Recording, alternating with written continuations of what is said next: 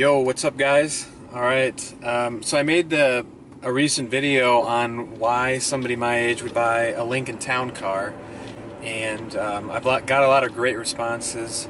Um, and currently owning 3 vehicles, it's not my long-term goal is to just own a bunch of vehicles. It's stupid. Um, there's just some really cool things about this car that I like, and it's why it's become my new daily driver, and I pick this. It's just the roominess, the plush seats, how comfortable it is. Sometimes heading into work, you just want to relax, and my Mazda 3 doesn't exactly have the most comfortable seats in comparison to this.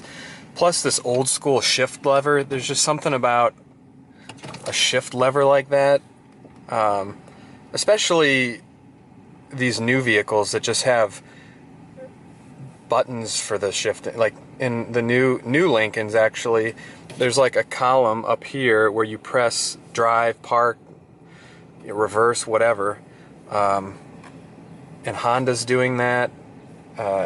It's just not that great. I like how it has the actual hot-cold gauge. Most vehicles have that. For some reason, Mazda decided not to do that in a lot of their most recent vehicles.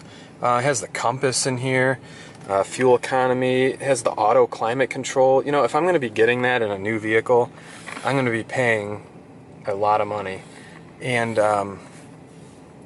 this one just has a lot of features that I really like. The automatic seats, humongous trunk, has a better sound system. But my long-term plan is still to get another new Mazda.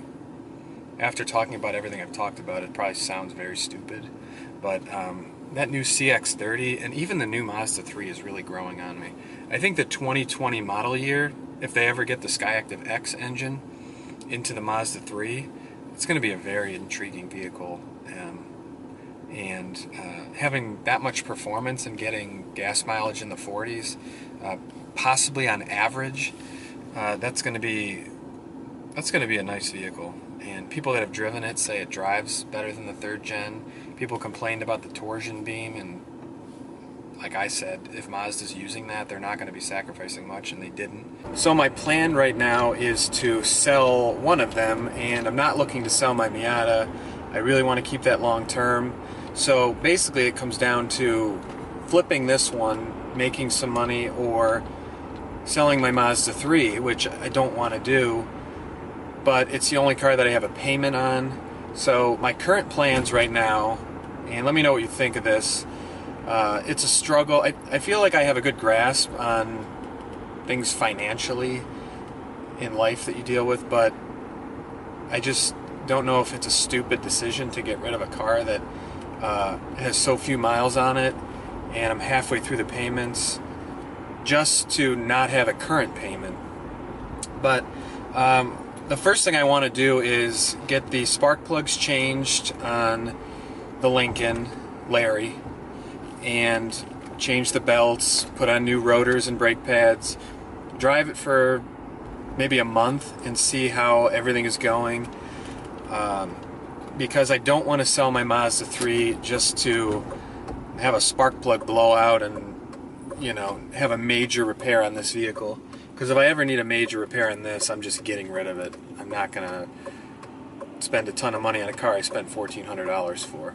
So that's kind of what I'm torn between, and why I haven't sold my Mazda 3 yet. I have it listed online, and I have it listed for the high end of what I can get for it, about $14,500. I've had some nibbles, but no bites. And if I could get that for it and make a few thousand and then not have a payment and just drive my Lincoln, that's my goal. And like I said, where I work, I have access to vehicles.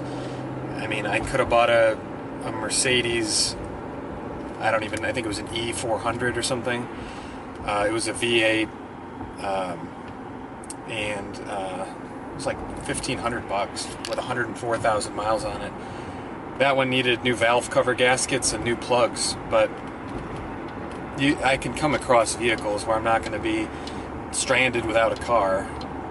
So, just what do you guys think of this? What are your opinions? I know that most of my subscribers are Mazda fans and would steer me away from doing this, but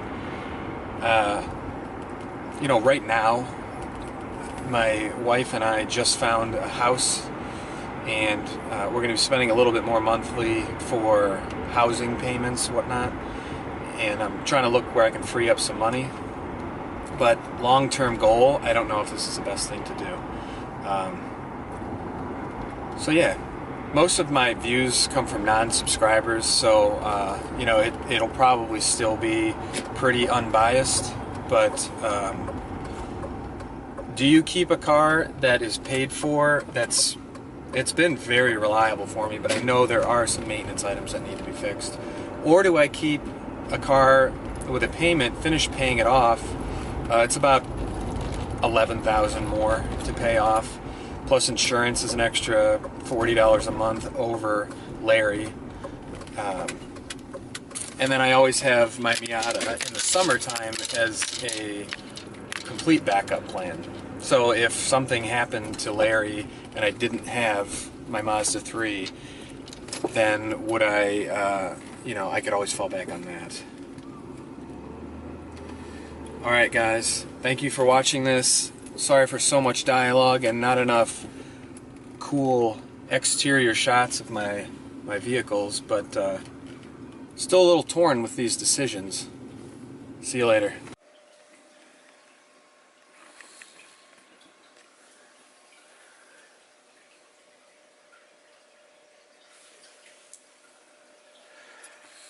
Sorry, Mike. Just wanted to let you know I uploaded another video. Is that okay?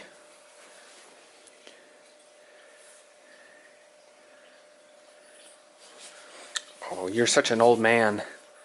You're such an old man, Mikey.